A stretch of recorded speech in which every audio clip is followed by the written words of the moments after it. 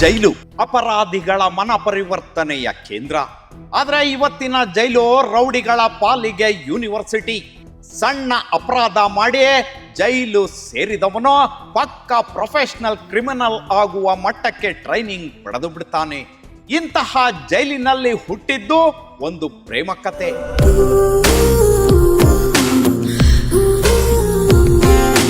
ಆತ ಕೊಲೆ ಪ್ರಕರಣದಲ್ಲಿ ಬರೋಬ್ಬರಿ 14 ವರ್ಷಗಳ ಕಾಲ ಶಿಕ್ಷೆ ಅನುಭವಿಸಿದ ಖೈದಿ. ಆಕೆ ಜೈಲು ಅಧಿಕಾರಿ.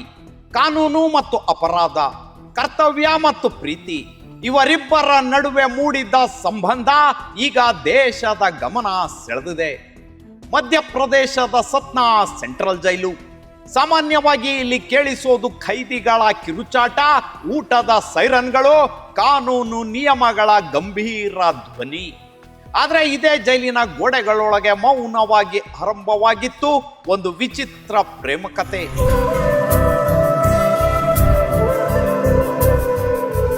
ಫಿರೋಜ್ ಖಾಟೂನ್ ಸತ್ನಾ ಸೆಂಟ್ರಲ್ ಜೈಲಿನ ಸಹಾಯಕ ಸೂಪರಿಂಟೆಂಡೆಂಟ್ ಹಾಗೂ ವಾರೆಂಟ್ ಇನ್ಚಾರ್ಜ್. ಕರ್ತವ್ಯದಲ್ಲಿ ಕಟ್ಟುನಿಟ್ಟು, ನಿಯಮಗಳಲ್ಲಿ ಕಠಿಣತೆ. ಇನ್ನೊಂದೆಡೆ ಧರ್ಮೇಂದ್ರ ಸಿಂಗ್ ಕೊಲೆ ಪ್ರಕರಣದಲ್ಲಿ ಶಿಕ್ಷೆ ಅನುಭವಿಸುತ್ತಿದ್ದ ಖೈದಿ. 2007ರಲ್ಲಿ ಚಾಂದಾಲ ನಗರ ಪರಿಷತ್ತಿನ ಉಪಾಧ್ಯಕ್ಷ ಕೃಷ್ಣದತ್ತ ದೀಕ್ಷಿತ್ ಕೊಲೆ ಪ್ರಕರಣ ದೇಶವನ್ನೇ ಬೆಚ್ಚಿ ಬೀಳಿಸಿತ್ತು.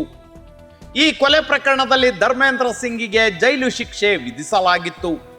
ಸುಮಾರು 14 ವರ್ಷಗಳ ಕಾಲ ಜೈಲಿನಲ್ಲಿದ್ದ ಧರ್ಮೇಂದ್ರ ನಂತರ ತನ್ನ ಉತ್ತಮ ನಡವಳಿಕೆಯಿಂದ ಜೈಲಿನಲ್ಲೇ ಕ್ಲೆರಿಕಲ್ ಕೆಲಸಕ್ಕೂ ನಿಯೋಜನೆಯಾದ.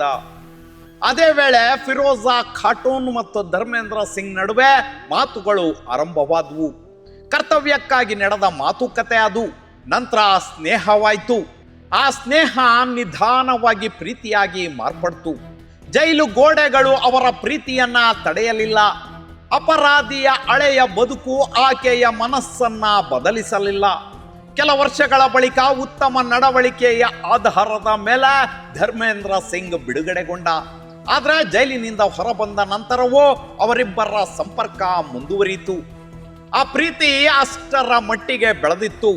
ಫಿರೋಜ್ ಖಾಟೂನ್ ಧರ್ಮೇಂದ್ರನನ್ನೇ ಮದುವೆಯಾಗೋಕೆ ನಿರ್ಧರಿಸಿದ್ರು. ಆದ್ರೆ ಈ ಮದುವೆಗೆ ಮನೆಯವರು ಕಠಿಣ ವಿರೋಧ ವ್ಯಕ್ತಪಡಿಸಿದ್ರು. ಯಾಕಂದ್ರೆ ಒಬ್ಬಳು ಮುಸ್ಲಿಂ ಮಹಿಳೆ, ಇನ್ನೊಬ್ಬ ಹಿಂದೂ, ಮೇಲಾಗಿ ಅವನು ಮಾಜಿ ಕೊಲೆ ಅಪರಾಧಿ. ಕುಟುಂಬದವರು ಮದುವೆಗೆ ಒಪ್ಪಲಿಲ್ಲ, ಮದುವೆಗೂ ಹಾಜರಾಗಲಿಲ್ಲ. ಆದರೂ ಪ್ರೀತಿಯ ಮುಂದೆ ಎಲ್ಲ ಅಡೆತಡೆಗಳು ಸೋತ್ವು. ಮೇ 5ನೇ ತಾರೀಕು ಛತರ್ಪುರ ಜಿಲ್ಲೆಯ ಲವಕುಶ್ ನಗರದಲ್ಲೇ ಇಬ್ಬರು ಹಿಂದೂ ಸಂಪ್ರದಾಯದಂತೆ ಅದ್ದೂರಿಯಾಗಿ ಮದುವೆ ಆದರು. ಒಮ್ಮೆ ಜೈಲಿನೊಳಗೆ ಆರಂಭವಾದ ಪ್ರೇಮ ಕತೆ ಮದುವೆ ಮಂಟಪದವರೆಗೆ ತಲುಪಿತ್ತು. ಒಬ್ಬ ಜೈಲು ಅಧಿಕಾರಿ, ಒಬ್ಬ ಮಾಜಿ ಕೊಲೆ ಅಪರಾಧಿ. ಈ ವಿಚಿತ್ರ ಲವ್ ಸ್ಟೋರಿ ಈಗ ಸೋಷಿಯಲ್ ಮೀಡಿಯಾದಲ್ಲಿ ವೈರಲ್ ಆಗಿದೆ. ಪ್ರೀತಿ ನಿಜವಾಗಿಯೂ ಕೂಡ ಅಥವಾ ಮನುಷ್ಯನ ಹೃದಯ ಬದಲಾಗಬಹುದು ಅನ್ನೋದಕ್ಕೆ ಇದೇ ಸಾಕ್ಷ್ಯ. ನಿಮ್ಮ ಅಭಿಪ್ರಾಯವನ್ನ ಕಾಮೆಂಟ್ನಲ್ಲಿ ತಿಳಿಸಿ. ಇಂತಹ ವಿಚಿತ್ರ ಹಾಗೂ ನೈಜ ಘಟನೆಗಳಿಗಾಗಿ ನಮ್ಮ ಚಾನಲ್ ಸಬ್ಸ್ಕ್ರೈಬ್ ಮಾಡಿ. ವಿಡಿಯೋ ಇಷ್ಟವಾದ್ರೆ ಲೈಕ್ ಅಂಡ್ ಶೇರ್ ಮಾಡೋದನ್ನ ಮರಿಬೇಡಿ.